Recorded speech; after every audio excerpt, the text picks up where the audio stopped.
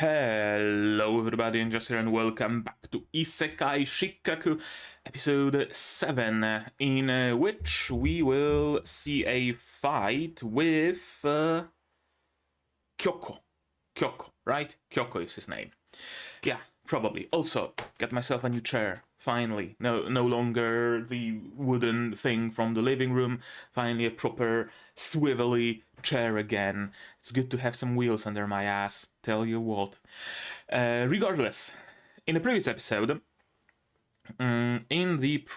episode, our heroes were not rescued. They tried to escape the jail, right? Thanks to Nier being a bit of a thief, having some sort of a bobby pin that he managed to use to open the cell they run, or wanted to, but of course there were the guards, and the guards stopped them.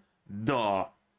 They were brought in front of the king of the place, a big catman who believed that they kidnapped Tama, or as he says, Princess Matilda, because that's her proper name. And of course, they should be executed for that sort of for that travesty, for that transgression. Sorry, wrong word. Although, I mean, it could be a travesty as well. So, of course, they didn't do that. It's not what they did. So Tama, or Matilda, ran into the throne room, pleading her father to let them go. To which he agreed under a certain condition. Under the condition that she no more puts herself into any sort of trouble, that she behaves like befits of royalty, that she is the princess of the country and not an adventurous tomboy that she so wanted to be. Begrudgingly, she agreed. Of course, our team was let go, and learned a bit about her past at a tavern. Her past being that she was traveling somewhere with her mother and brother, and she was the only survivor in a cave-in. I think they were going through a tunnel and it caved in, or was it just an avalanche? I think it might have been an avalanche. Regardless, they were dead. Only she survived, and she kind of got it into her head that she will be the replacement of her brother. Right, her brother was to be the next heir of the throne. He was the adventurous one, the strong one, the brave. Meanwhile, she was just a princess, right? She was there to look good and be married off somewhere politically. So she wanted to take the place of her brother. That's why she went on all sorts of adventures. That's why she wanted to grow stronger. Her father, unfortunately, had a different idea. Her father was influenced a lot by the loss itself, and he really didn't want to lose Matilda. And so he was way overbearing, very close to just locking her in the palace, right, and not letting her go. So that was a bit of a conflict.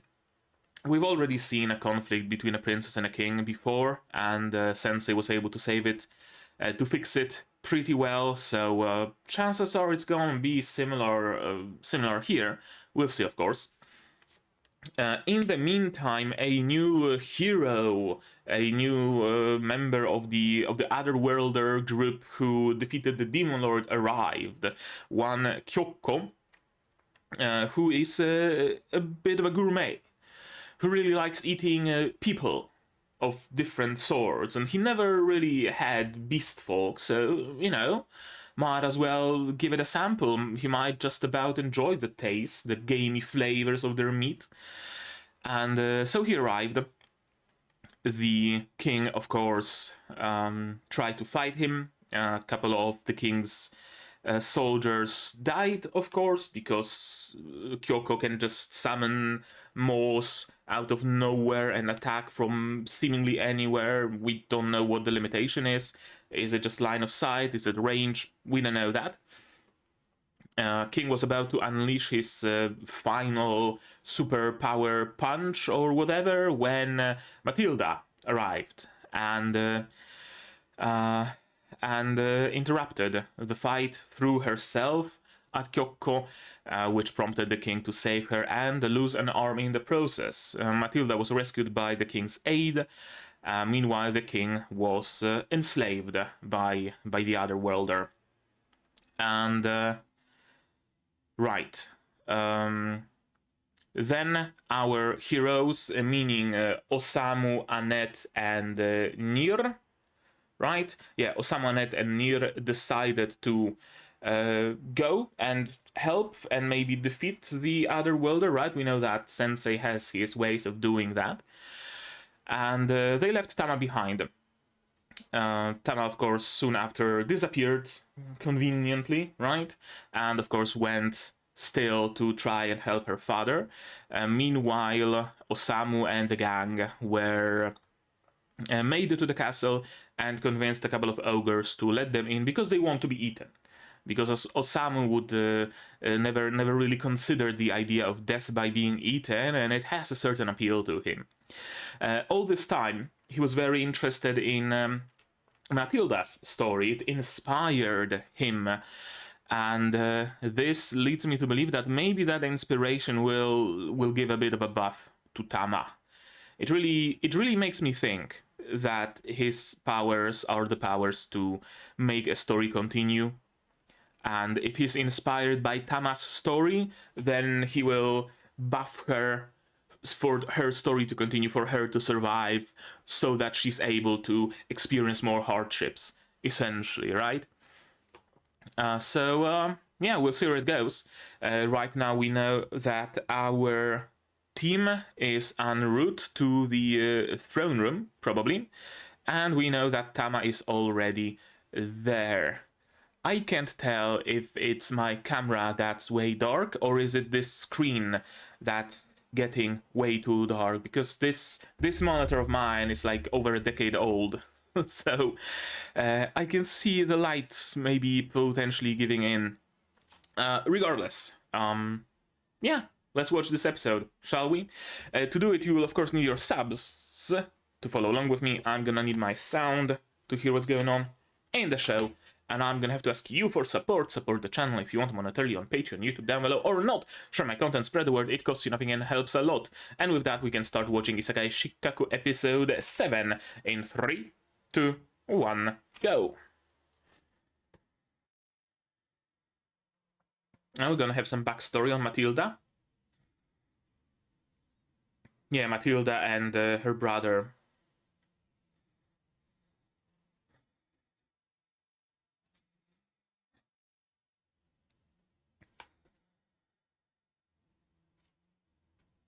I guess Matilda was already tomboyish.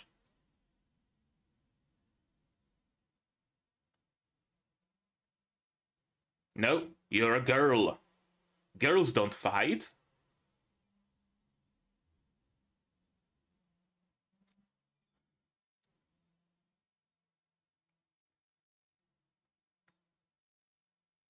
She is wearing a dress.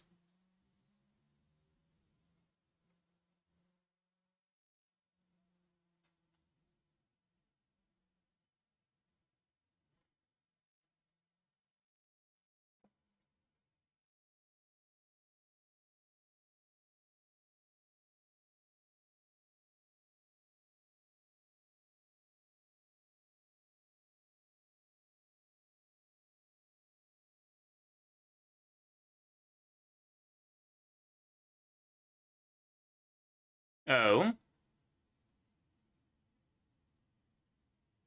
Okay, I guess we're not gonna learn that. Not yet, at least.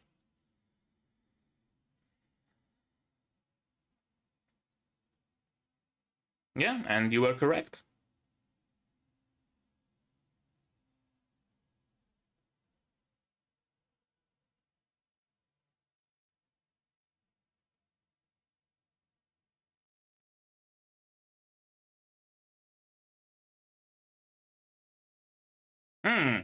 Right, he can absorb the powers of whoever he eats. So this is like the power of her father, a little bit, right? He was using like a thunder strike kind of attack. Yep. So I guess just a bit is enough. I mean, on brand.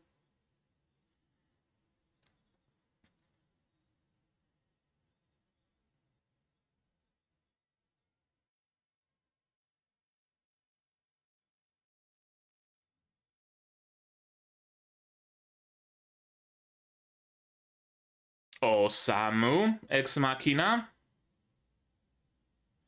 Opening first, of course. Or not. Yeah, totally his plan. Absolutely not. What sane person would want to be eaten, right?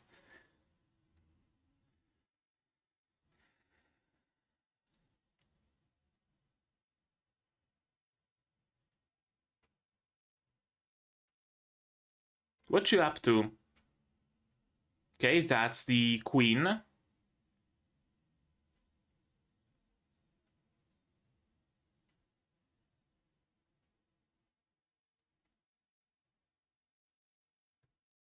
Stealing shit. You gotta loot the place. The main quest will wait.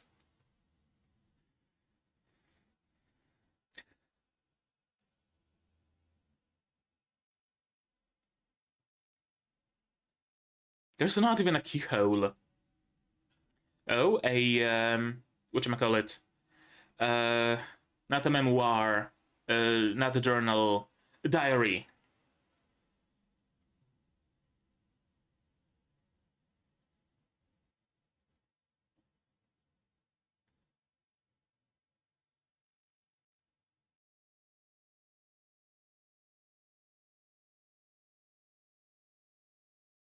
Oh, this sound effect. It's very common.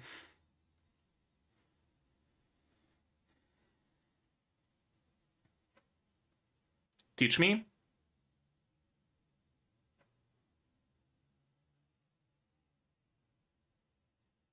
No.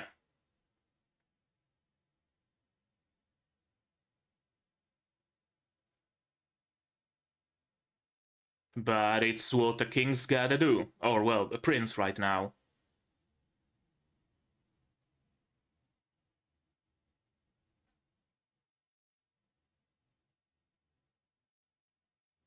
Yep. A sense of duty.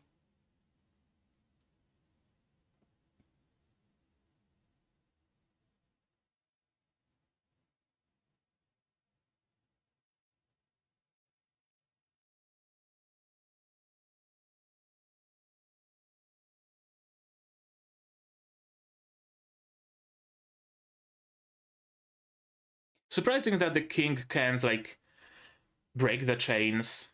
It's not like his powers were stolen, I don't think. They were copied.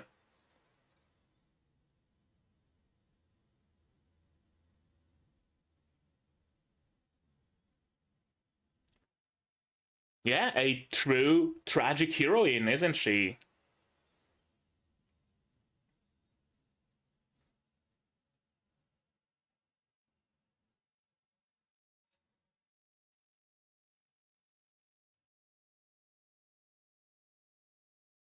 We're gonna get a back.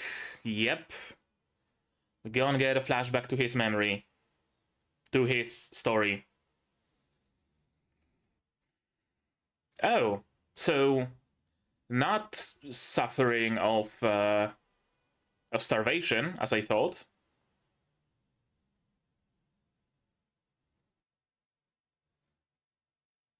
But rather having everything handed to him and thus being hungry for new experiences, being hungry for anything.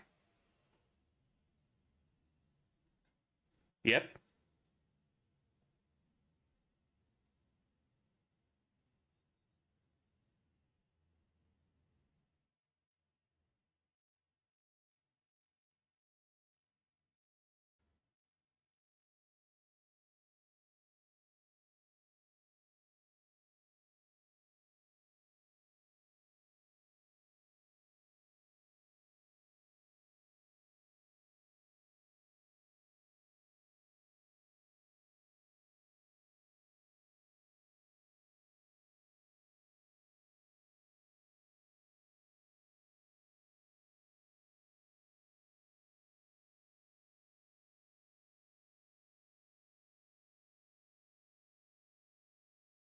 Right.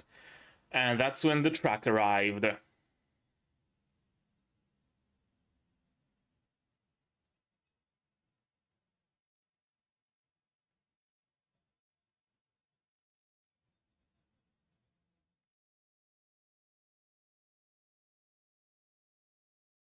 Yeah, now the world is his livestock.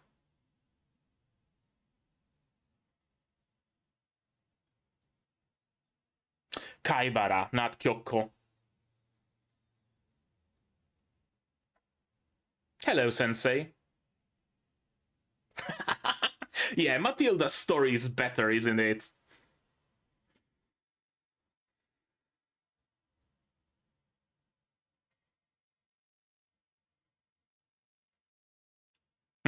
Doesn't quite work, does it?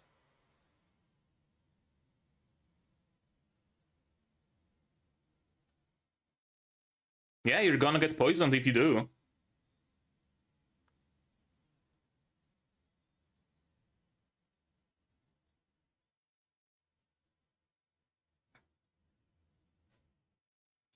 Uh, let's not spoil the surprise. We don't even know if it works that way. No, his story's boring. It's just fucking boring drivel. Why would he write about him? Exactly. Yeah. It's not a true tragedy, is it? It's a first world tragedy. It's not interesting. Now, Matilda's story, now that's interesting, though.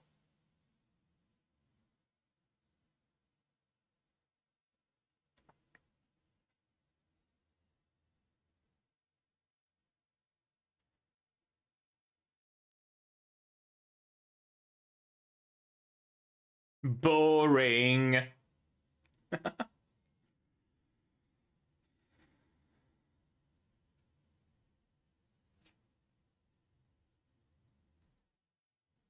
Yeah, I mean, kinda.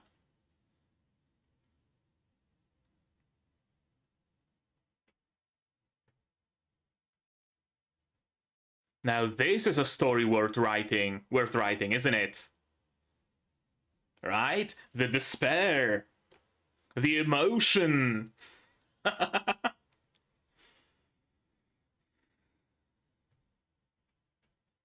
Continue struggling.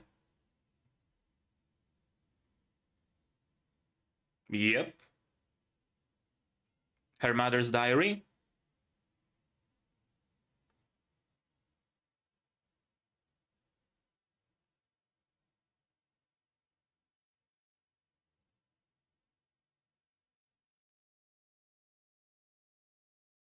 Or is it the story that he wrote?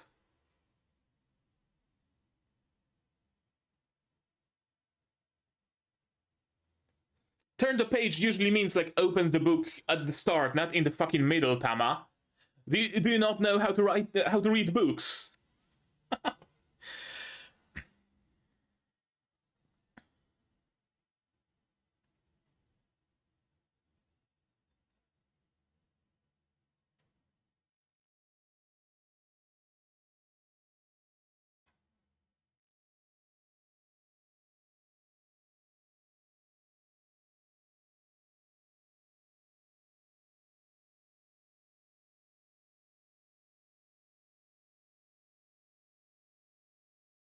Mm-hmm.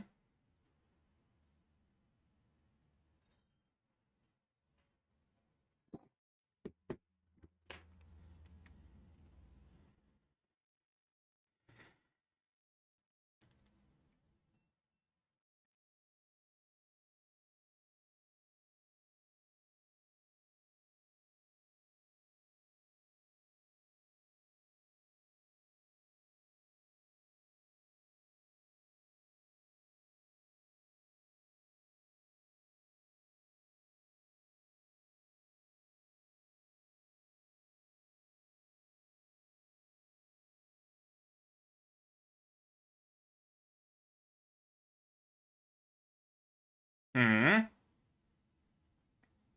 Okay, we're gonna hear those words after all.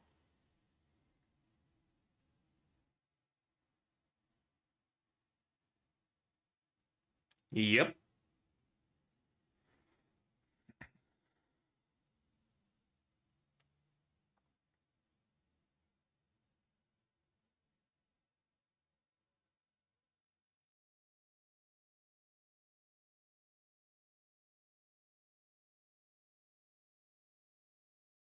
True. In his own twisted way, but true. Or will you live as Tama? Or do you reject both and be yourself?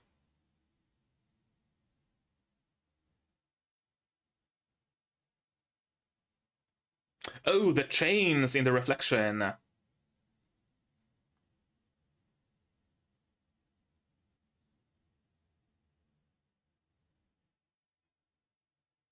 Yep. And now the chains shatter. Yep. And her full potential gets revealed. Yep, exactly. The power to make the story continue.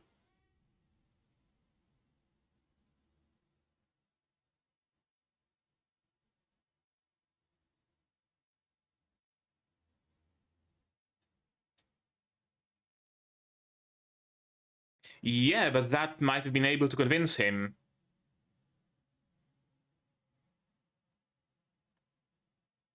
Oh, he heard about it still. Because she tried to suppress it, essentially. Yep. She was suppressing it for your sake? Uh, not really. For her. For the sake of her idea of your happiness.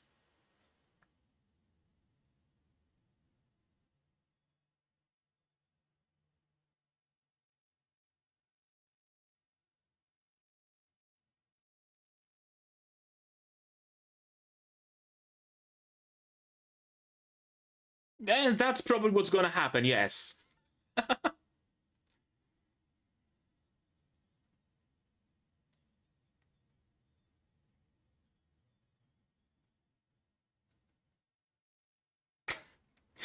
Yeah, just lighting up a cig and watching.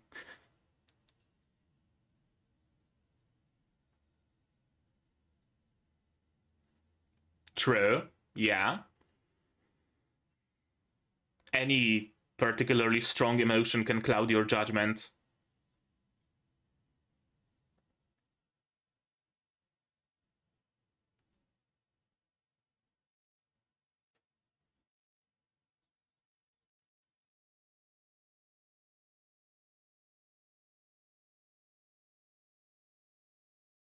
Yes, but her beast mark is stronger or something.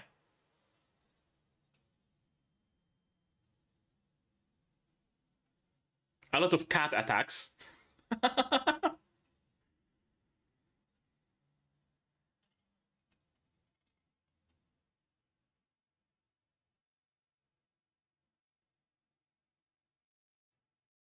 That's nice. I really like any ability that has like layered magic circles. Did it kill him? Hopefully, but I would make sure.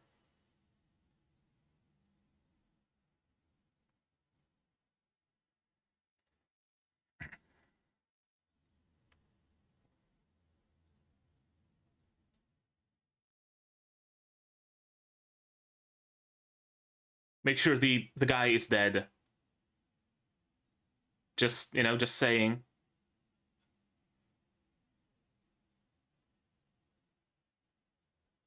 Yep.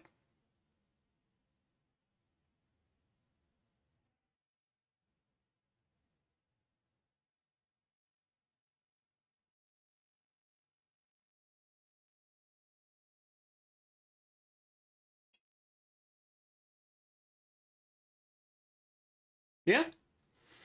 It's not like he wanted to help you, Baka. He just wanted a story. He's not dead, is he?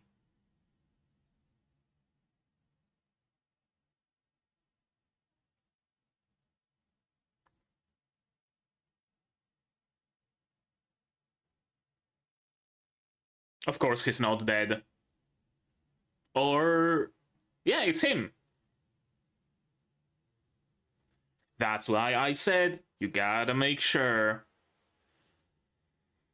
If the head is attached, assume they're not dead. Oh, is their leader like a necromancer kinda deal?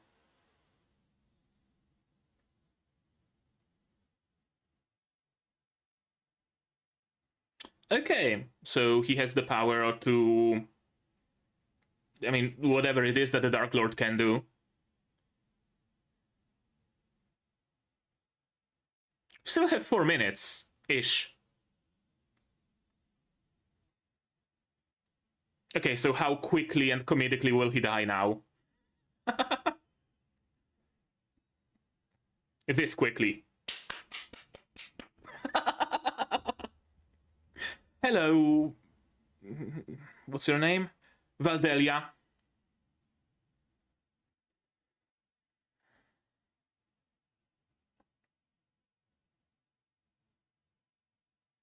Evidently, yes.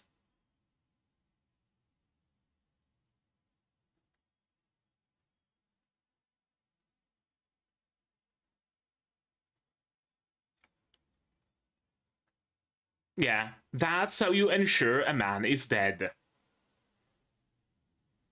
Learn from her.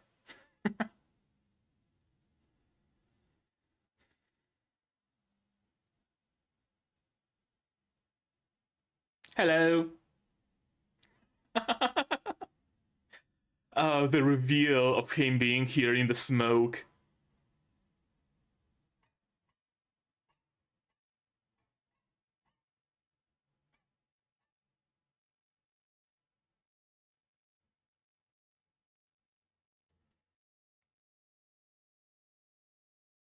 Yeah, but not this time, Baka.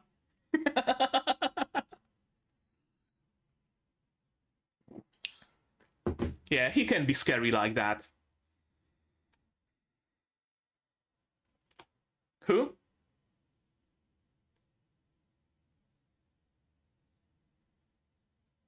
Oh, the glutton.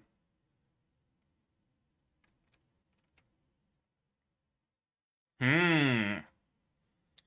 Will it be a story of banishment or empowerment, though? Right? That's the question. I'm glad that they can patch up a tree with mortar, apparently, or something.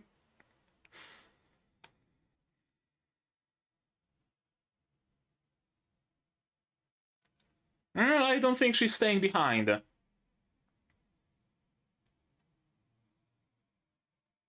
Or is she? She's not. Yeah? Go join your friends.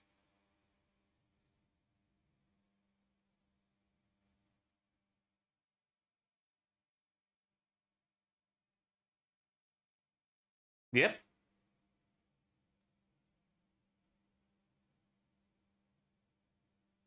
Yeah, so go see the world, train, grow stronger, then come back if need be. Yep, exactly.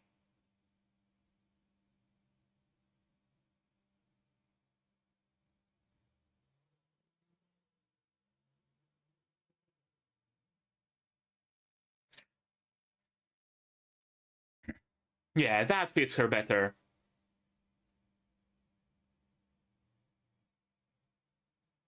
Them thighs, though.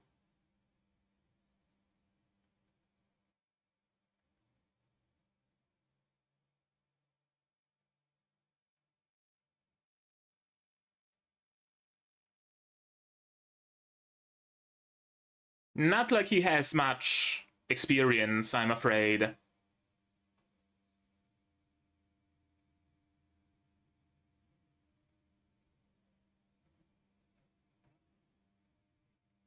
Diary? Diary.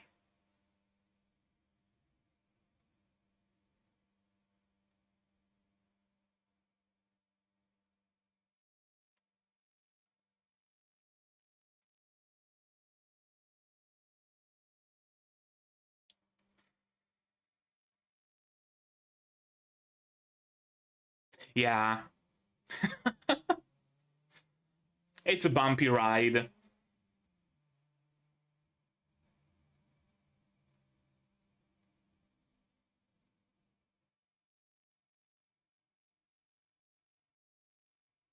Running in a field of flowers, not running towards each other, alas, that would be an iconic scene. I take it back.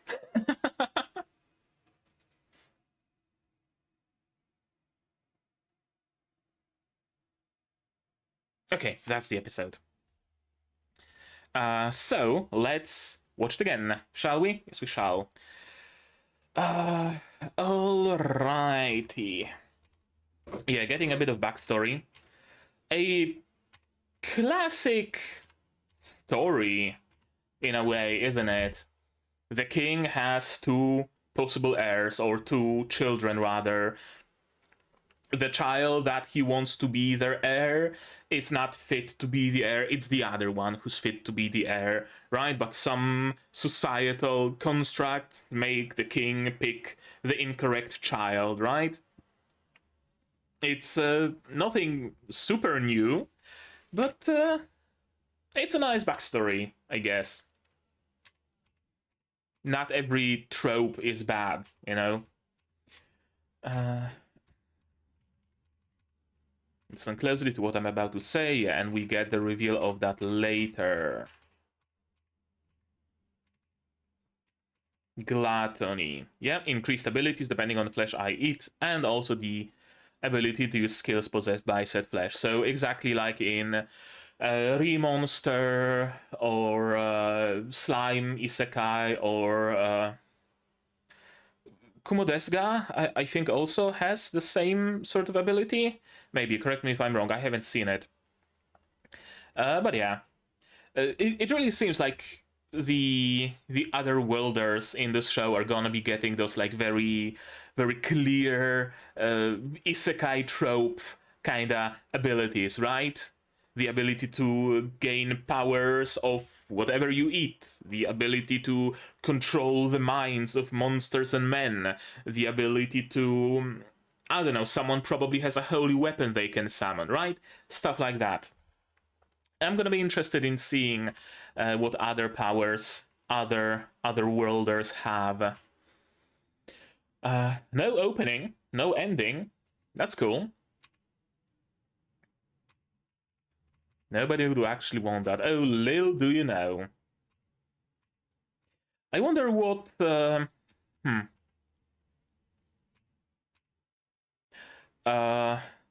do I word it? I wanted to say. I wonder what drives Sensei, but not in the meaning of what's his motivation, but rather what gives him the like seemingly like not precognition, but like, you know, how does he know that this is the queen's room, for example, right? Or how does he know that coming to queen's room and finding her diary is gonna be helpful? How does he know that she did have a diary, right? It's, you know, not a criticism, don't take it as such, but I mean, I guess it kind of is, because we don't get an explanation for that. But at the same time, Sensei himself is so completely otherworldly, and not even in the meaning of him being literally from another world, that it doesn't really strike me as odd, right?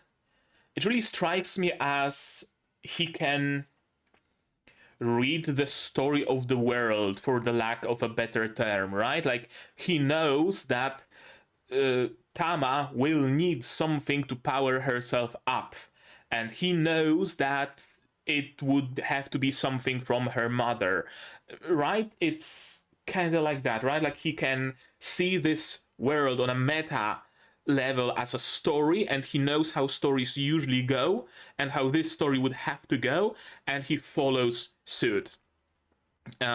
I just wonder if it's actually like a part of his powers, or is it just how he was written? I don't know, but it's interesting. Yeah, looking for the diary.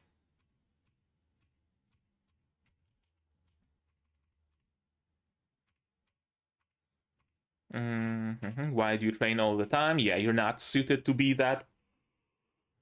Exactly, a common story, isn't it, of two royal siblings, and the one who's tomboyish and wants to fight is relegated to be the diplomatic one, and the one who's the diplomatic and soft-spoken one is relegated to be the warrior, because of something, because the king sees that it deems it to be this way, right? Because men fight and women look good, so our princess is there to be looking good and our prince is there to be fighting, instead of looking at their actual abilities, at their actual traits.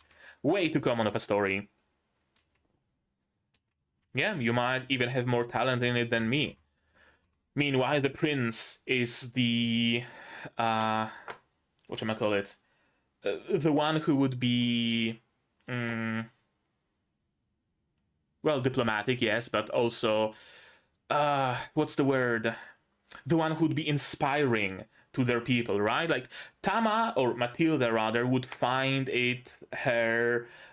herself in her element if she were to lead an army to war, for example.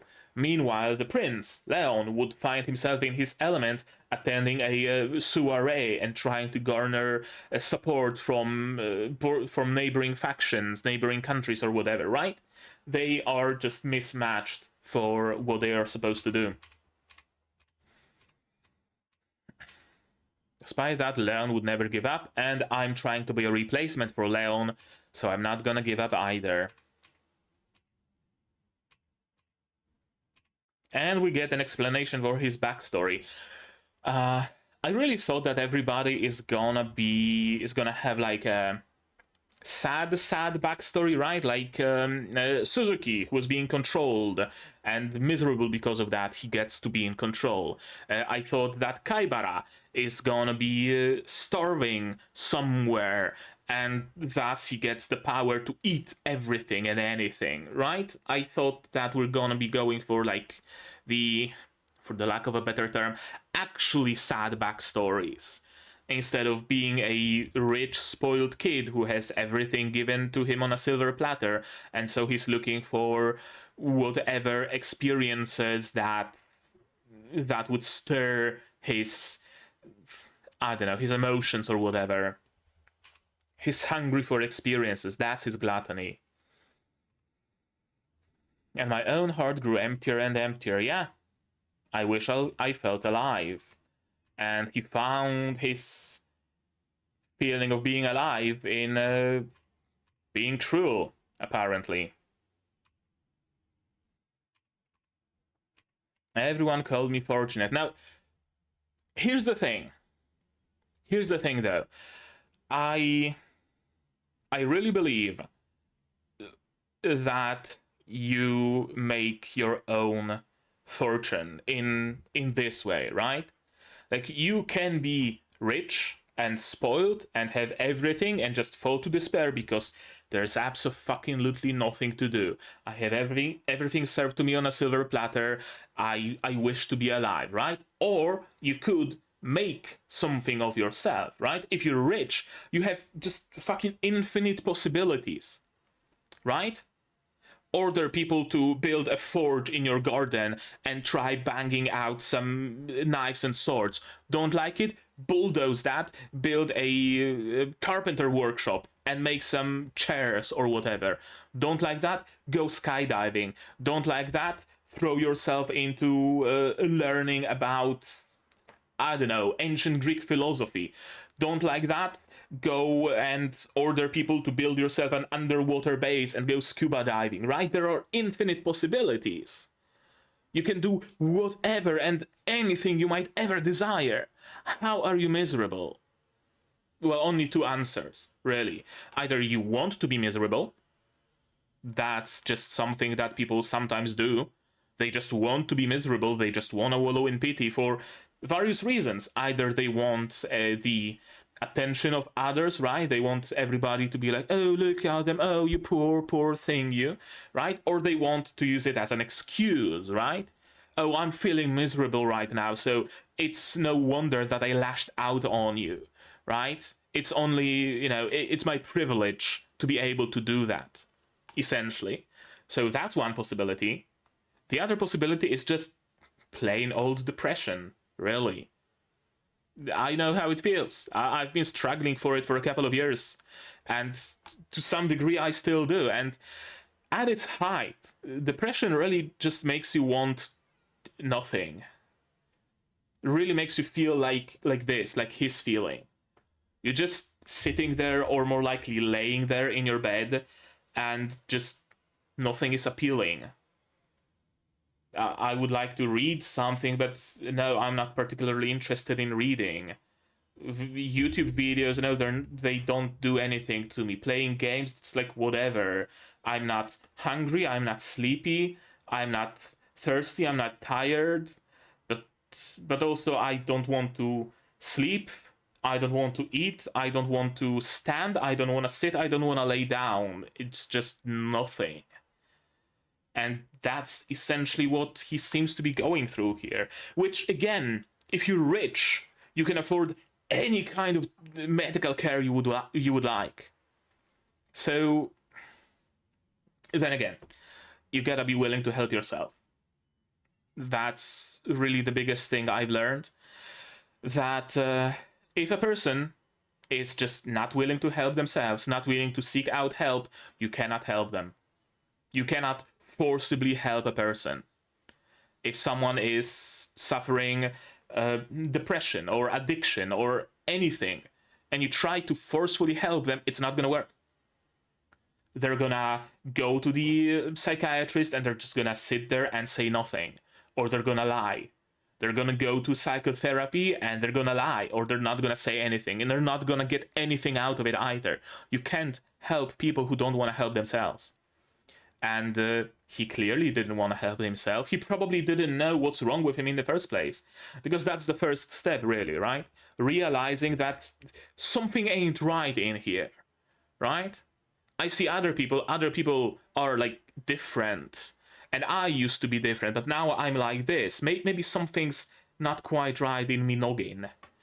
And then you start thinking and wondering, and if something's not right with your body, well, you go to a doctor, and you go to a specialist, and they lead you along the way, and you have to be in for it. Again, you can't be healed against your wishes, essentially. Yeah, and he found the only way to even remotely fill his emptiness be I don't know, making others miserable. Not really. Not even that filled the void. It really seems like the whole system of sending otherworlders here is kind of broken.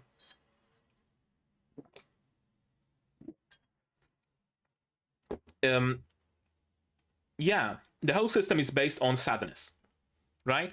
If you're sad, if you're miserable, you get to this world as some sort of a make-up to make it up for you, right? But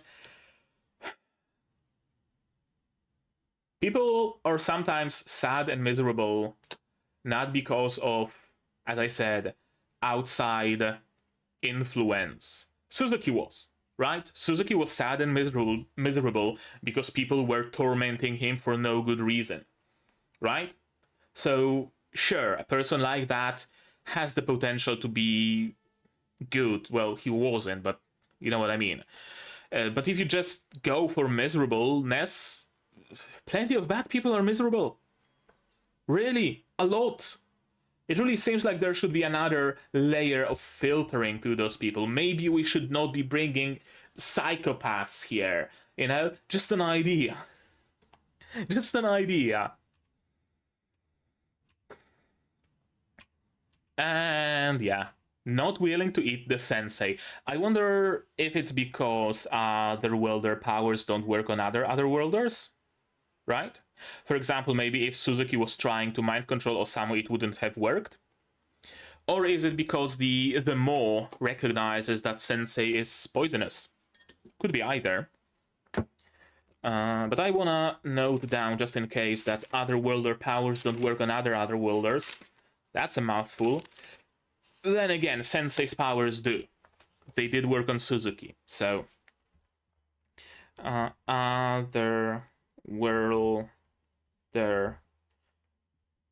powers don't work on other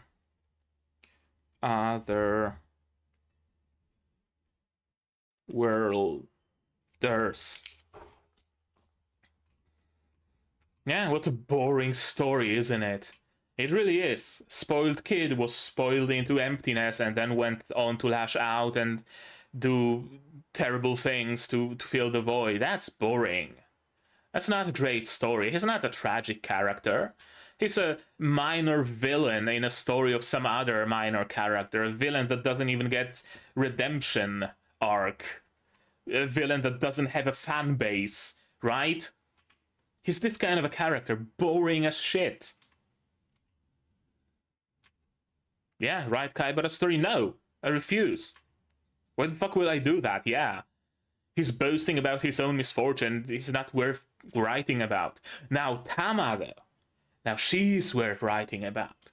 Now, her story is that of tragedy and finding the silver thread and clinging onto it to rise out of that tragic event, only to fall to despair yet again and then rise back from the ashes. Right? Now, that's interesting. Yeah. That's a story that stirs something in his mind. Your ill-fated destiny was worth writing about. Exactly. Because you are so kind, you suppress your own true feelings, and that's the biggest tragedy here. You are bound by your father's vision. You are never yourself. You try to replace someone who you were never meant to replace. Your earnest feelings were never understood. They broadened the rift. And you lost your true self. You forgot the words of your mother, but they are still inside you. You still remember them.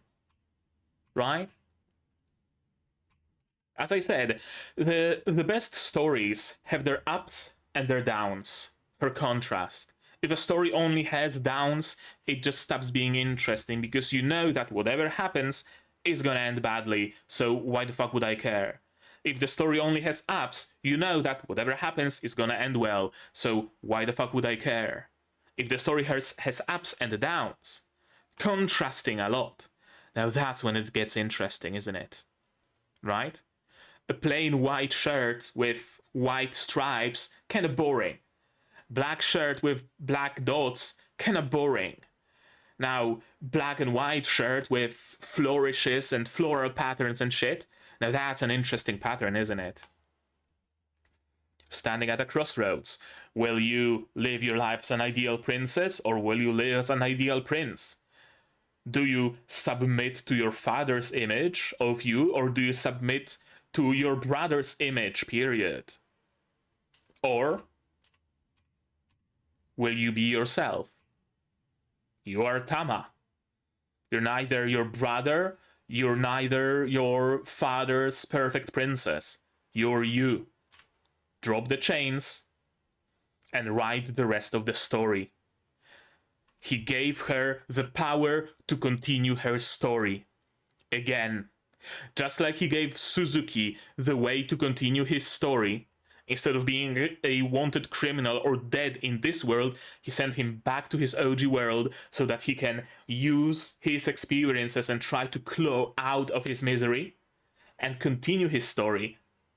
Tama was given the strength and the resolve to continue hers. That's his power. That's abso-fucking-lutely his power. Crest of the Divine Beast. Yeah, she felt like she needed to hide it from her father. And he did lock it away. Another tragic character in this entire story, isn't he? Perfect story for Osamu to write.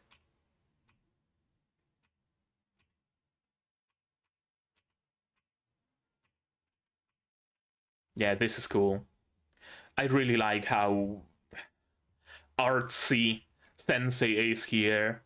You know, lighting up a cig whenever it has the most effect. And the smoke. Even the smoke looks very, like, flowy and cool. Yeah. We are similarly deceived by despair as well. Exactly. Whatever strong emotion you feel can absolutely cloud your judgment. When you only know despair, that will cloud your judgment. You will always look for the worst everywhere. You will never see the bright side of things. If you only see the bright side of things, if you're overly happy, then you sometimes refuse, perhaps, to notice the bad. Neither is good, neither is healthy. Anger can cloud your judgment, sadness can cloud your judgment, anything, love. Even when we're pushed into the depths of despair, we find a single thread of hope. Yeah, that makes a good story, doesn't it? That silver thread of hope. Whenever you plunge your character in the depths of despair, you gotta leave them that little string of hope. Otherwise, it just doesn't work. Otherwise, it's just misery porn, and misery porn is boring as shit. You gotta get them an out. You gotta give them the possibility, the hope, right? And most importantly, don't always snatch it away. Sometimes, sure, to get them deeper into despair, but you gotta give them another ray of hope then. And you have to have them take it and use it and climb back out. That's what makes a compelling character. That's what makes a compelling story. I've mastered his skill, yeah, but not Tama's skills. And you also get cat distracted. This is cool. I wonder what it says on those magic rings, because they usually use runes, right? Because, oh, runes, magic, Futhark the Elder, usually it spells absolute gibberish in Futhark, but still. But this looks like just regular Japanese characters. Maybe. Yeah, I think so. Maybe not? I don't know.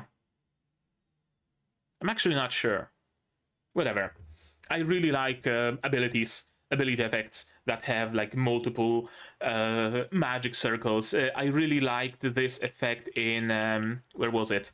Hataraku Mao-sama, where Mao like pulled out his punch when he was fighting Sariel? I think it was Sariel. I might be mistaken. And it was like a chain, like a stack of magic circles spanning, like going out of the fucking Earth's orbit.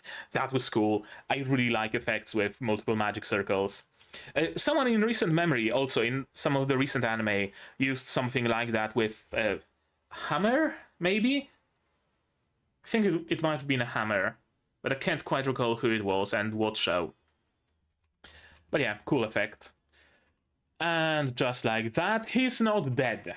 Again, make sure he's dead and stays dead.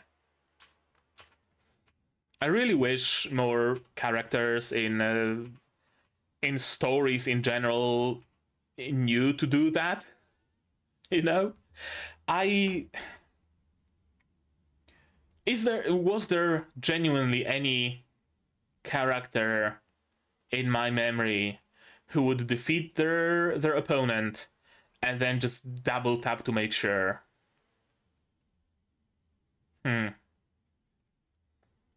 Hajime from Arifureta? Maybe. I'm actually not sure if even he did that. Yeah, usually they just leave the enemy laying on the ground there, and whether they rise or not, well, anybody's guess. Sometimes they do, and it's a big shock that the person that I didn't ensure is dead is not dead after all. Sometimes they just don't rise up, and it's just whatever. Sometimes they appear 7 episodes into the future because they weren't dead after all. Yeah, different things happen.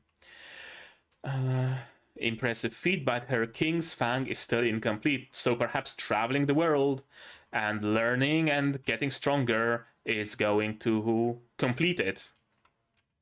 Have I been revived? Apparently, thanks to the power of the Dark Lord. I thought it might have been like their leader or someone that has the powers to revive others, that is a necromancer or something. But no, it's the Dark Lord's power that can give him, like, what, a single time resurrection or something? And just like that, quickly and easily, just cut off his head. That's how you do it. That's how we ensure that he stays alive. Is the blood pixelated? No, it's just flowing weirdly, I guess. Oh, I guess it's, yeah, it's supposed to be like a movement smear kind of thing. Yeah, okay, makes sense. Just like that, Valdelia ex machina. I wonder if she's gonna be reappearing multiple times and also fighting the other worlders in her own capacity. We're gonna meet her for sure, many a time still, right? She was probably looking for Kaibara and trying to track him down, and she's probably gonna be tracking down every single one of them, and finally we're gonna join our forces, and Osamu's team plus Valdelia will fight the final Otherworlder. Valdelia teams up with Osamu's team for the final fight. Interesting, by the way, that we have the finale kind of already, like, decided for us, right? There's only so many Otherworlders that we gotta go through, and then there's the big bad that we gotta defeat, and probably also face Satchan at the time, and that will spell the end of the story, won't it? Very often stories that seemingly have an end to them already decided, like defeat the Demon Lord, don't really have that, because they say that, oh, the Demon Lord has generals. How many? Well, we don't know. So the story can just continue for years and years and years, defeating 500 demon generals, and new ones are created, and all sorts of things are happening, and we never actually make it to the Demon Lord, so the story can continue forever, or any other story of this kind.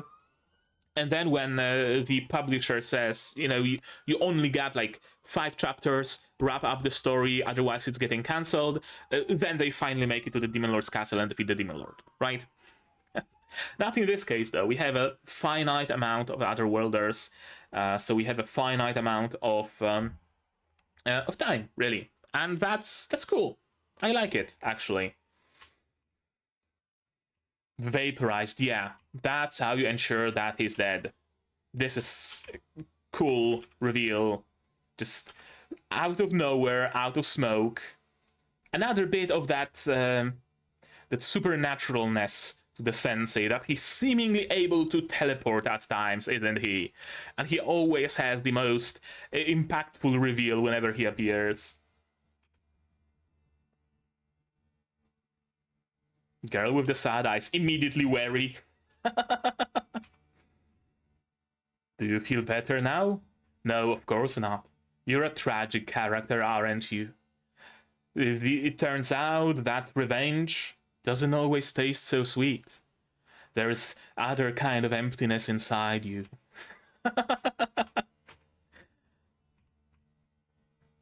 And even after killing him and avenging her father, the sadness remained in her eyes. I'd like to write her story. Yeah, probably a story of a buff. Probably. Yeah, rebuilding the palace, rebuilding the tree. Apparently, something you can do. She chose to remain at the castle to support the king, so still not quite coming to terms with who she is. Still trying to fill the boots of someone who she's not, for the sake of someone who she believes would benefit from that. Now, yeah, thankfully the king also understands that, also understands who Matilda Veltama is, what she needs, what she wants, and that he should just let her go. Let her grow in strength, complete her story, and then come back. And she will be the strongest warrior queen this country has ever had.